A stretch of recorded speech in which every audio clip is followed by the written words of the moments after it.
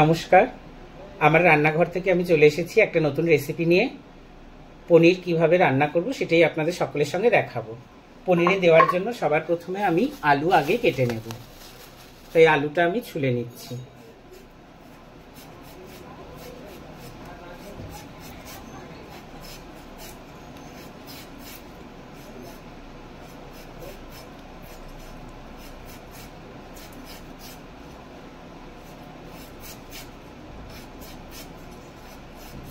আলুটা ছেলে নিলাম, এবারে আলুটা পিস পিস করে কেটে নেব।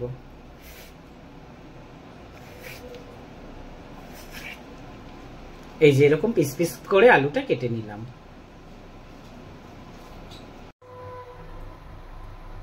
আলু কেটে সুন্দর করে ধুয়ে নিয়েছি। আলুটা ঠিক আমি এরকম পনিরের মতন চৌকো চৌকো করে কেটে নিয়েছি। এবারে এই আলুটা আমি তেলেতে ভেজে নেব। আমি কড়াই চাপিয়ে দিয়েছি, কড়াই গরম হয়ে গেছে। এখন আমি কড়াইতে দিয়ে দেব সাদা তেল।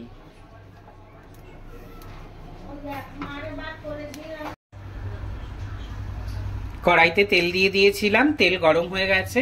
এখন আমি এই গরম তেলের মধ্যে দিয়ে দেব আলু।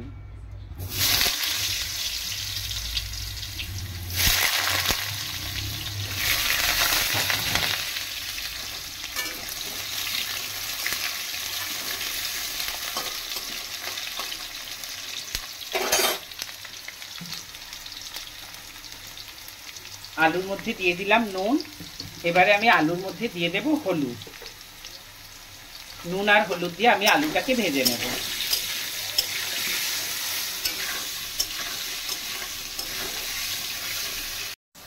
এদিকে একটা পাত্রে আমি গরম জল বসিয়ে দিয়েছি। জলটা গরম হতে লাগুক, ততক্ষণে আমি এপাশে আবার আলুটা একবার নেড়ে নিই।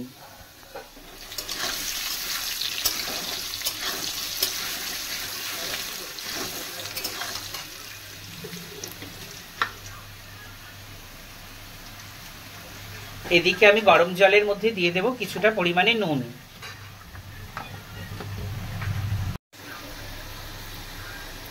আলু খুব সুন্দর করে ভাজা হয়ে গেছে, আর এদিকে জল ফুটছে টকবক করে। আমি প্রথমে জলটাকে নাবিয়ে নেব। জলটাকে আমি নাবিয়ে এখানে রাখলাম। রেখে আমি জলটা একটা ঢাকনা দিয়ে ঢেকে দেব। আর এইদিকে আমি আলু ভাজাটা কড়াই থেকে নাবিয়ে নেব।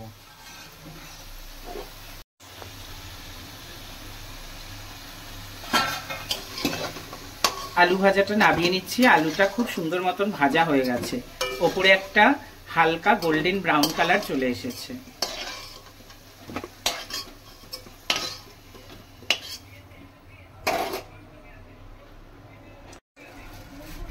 এখন এই আলু ভাজার তেলের মধ্যেই আমি দিয়ে দেব পনির। পনিরটাকে খুব সুন্দর করে আমি ভেজে নেব।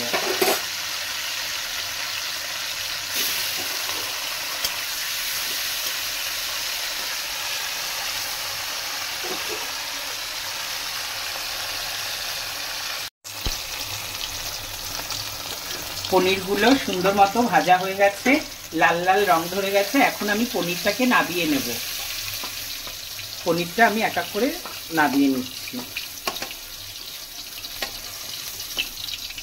পনিরগুলো নাবিয়ে নিলাম। এবারে আমি যে পাত্রে গরম জল করে রেখেছিলাম, সেই গরম জলের মধ্যে আমি পনিরগুলোকে ঢেলে দেব। পনিরগুলো গরম জলে চুবিয়ে রাখলে কি হয়, একদম সফট থাকে রান্নার পরেও।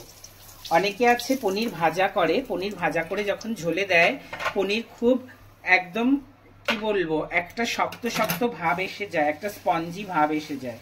কিন্তু পনির ভেজে যদি গরম জলে ভিজিয়ে রাখা যায়, তাহলে পনির কিন্তু খুব সফট থাকে, আর ভেতরে নুনটাও ঢোকে। আমি গরম জলের মধ্যে নুন দিয়েছিলাম। গরম জলের মধ্যে নুন দিয়েছি ওই কারণে, যাতে পনিরের মধ্যে খুব সুন্দর নুনটা ঢোকে। আমার বাদ বাকি যেটুকু পনির ছিল, সেটুকু পনির আমি আবার ভাজা করে নিচ্ছি।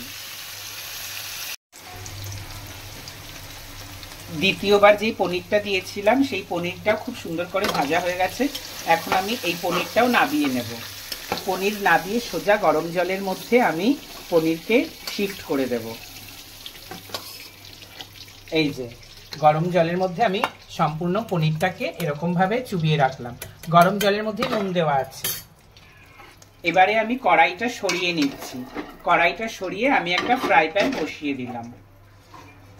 এই ফ্রাই প্যানের মধ্যে আমি কিছু গোটা মশলা ভেজে নেব।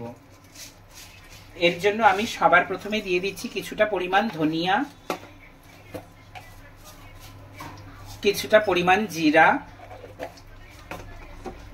এরপর দিচ্ছি জয়িত্রী, এরপর দিচ্ছি জায়ফল, এরপর দিচ্ছি দুটো শুকনো লঙ্কা,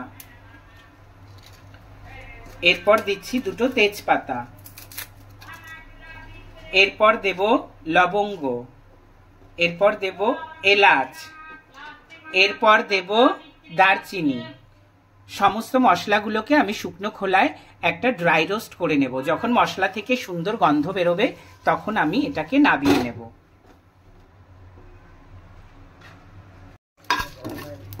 মশলাগুলো খুব সুন্দর করে ভাজা হয়ে গেছে। এখন আমি মশলাগুলোকে নাবিয়ে নেব। মশলাগুলো নাবিয়ে আমি শিলপাটার উপরে নিয়ে নিচ্ছি। এবারে আমি এখানে মশলাগুলোকে বেটে নেব।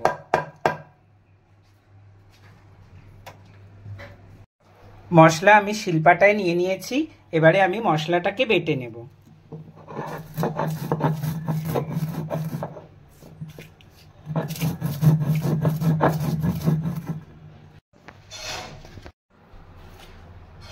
মশলাটা খুব সুন্দর করে বেটে নিয়েছি। মশলাটা এখন আমি একটা কন্টেনারের মধ্যে নাবিয়ে নেব।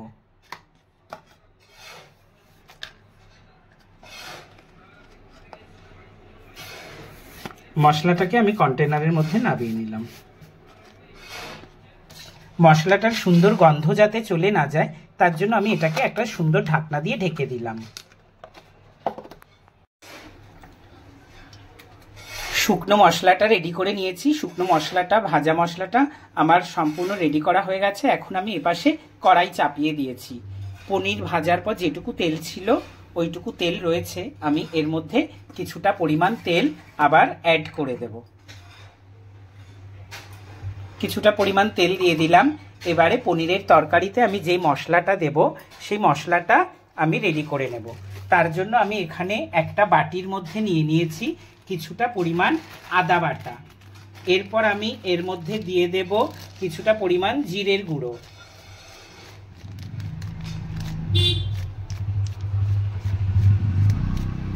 এতটা পরিমাণ জিরের গুঁড়ো দিয়েছি। ঠিক অতটা পরিমাণ ধনের গুঁড়ো দেব।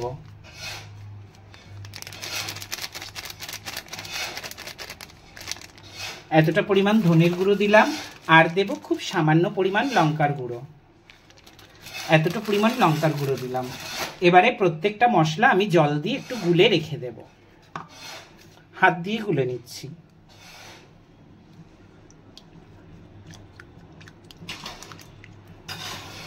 মশলাটা আমি রেডি করে নিলাম। এপাশে আমি কড়াই বসিয়ে দিয়েছিলাম। কড়াইতে তেল দিয়ে দিয়েছিলাম। তেল গরম হয়ে গেছে। এবারে আমি এই তেলের মধ্যে ফোড়ন দিয়ে দেব। কড়াইতে তেল দিয়েছিলাম, তেল গরম হয়ে গেছে। এখন আমি এই তেলের মধ্যে দিয়ে দেব ফোড়নের জন্য গোটা জিরে। এই যে সাদা জিরে আমি ফোড়নে দিয়ে দিলাম। এরপর দিয়ে দেব আমি একটা শুকনো লঙ্কা। এরপর আমি দিয়ে দেব তেজপাতা।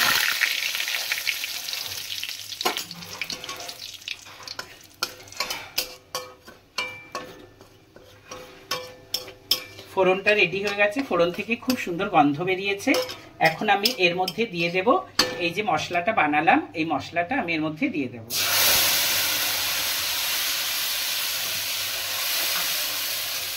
এবারে আমি এর মধ্যে দিয়ে দেব 4টে চেরা কাঁচা লঙ্কা। এখানে যে পরিমাণ ঝাল খায় সে পরিমাণ ঝালের ব্যবহার করবে। তারপরে আমি দেব ভীষণ সামান্য পরিমাণে নুন, কারণ আমি পনির নুন জলে ভিজিয়ে রেখেছি। ওই জলটা আর পনিরগুলো আমি ব্যবহার করব বলে ভীষণ অল্প পরিমাণে নুন আমি এখানে দিলাম।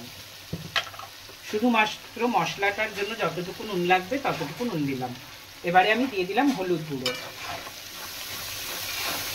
এখানে টমেটোর ব্যবহার করতে পারো, টমেটো দিলে ভালো লাগবে, কিন্তু আমি টমেটোটা স্কিপ করেছি কিছু কারণের জন্য।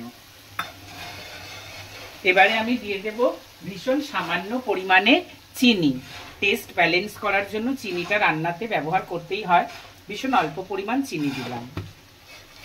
এবার আমি মশলাটাকে খুব সুন্দর মতন কষিয়ে নেব যতক্ষণ না মশলা থেকে তেল ছেড়ে আসে।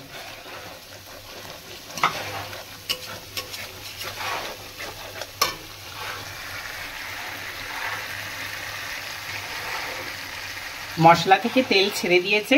এবারে আমি এর মধ্যে দিয়ে দেব ভেজে রাখা আলু।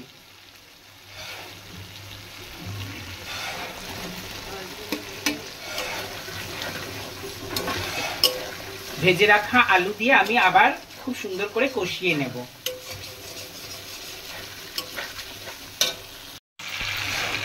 মশলা আর আলু আমি একসঙ্গে কষিয়ে নিয়েছি। এবারে আমি এর মধ্যে দিয়ে দেব জল।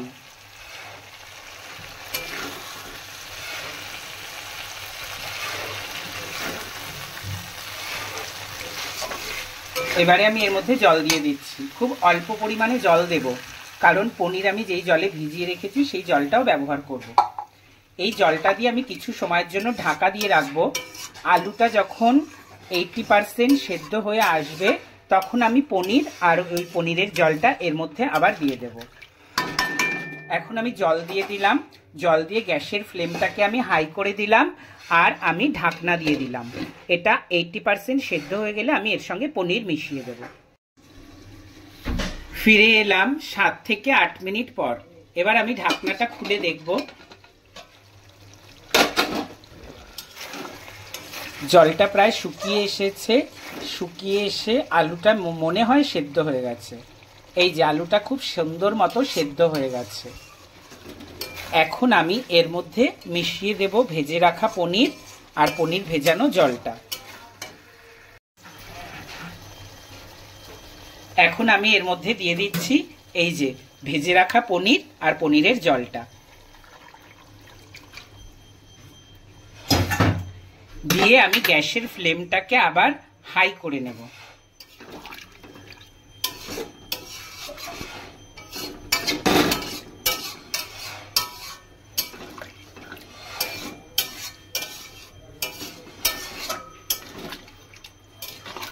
আমি বাইরে থেকে আরেকটু জল দেব, কারণ আমার আরেকটু ঝোল লাগবে।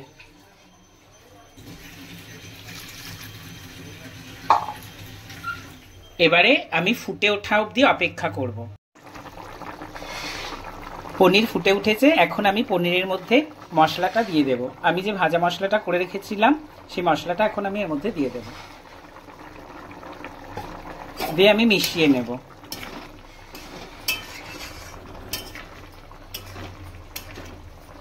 এবারে আমি ঢাকা দিয়ে গ্যাসের ফ্লেমটা অফ করে দেব। এবারে আমি ঢাকনাটা খুলে নেব। দেখুন কি সুন্দর একটা রং এসেছে। আমি এতটা ঝোলঝোল রাখবো।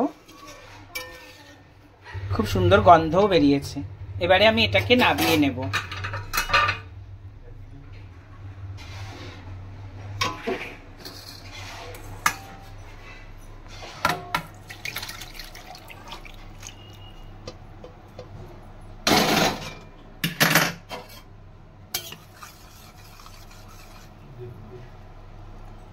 আমি তরকারিটা নামিয়ে নিলাম। অতি সহজ পদ্ধতিতে খুব সুন্দর সুস্বাদু একটা পনিরের তরকারি আমি তৈরি করে নিলাম। আপনাদের যদি এই রেসিপিটা ভালো লাগে আপনারা অবশ্যই ট্রাই করবেন আর আমাকে জানাবেন কেমন লাগলো আপনাদের রান্নাটা। খুব তাড়াতাড়ি ফিরে আসবো নতুন অন্য কোনো রেসিপি নিয়ে। ততক্ষণ আপনারা সবাই ভালো থাকবেন। টাটা।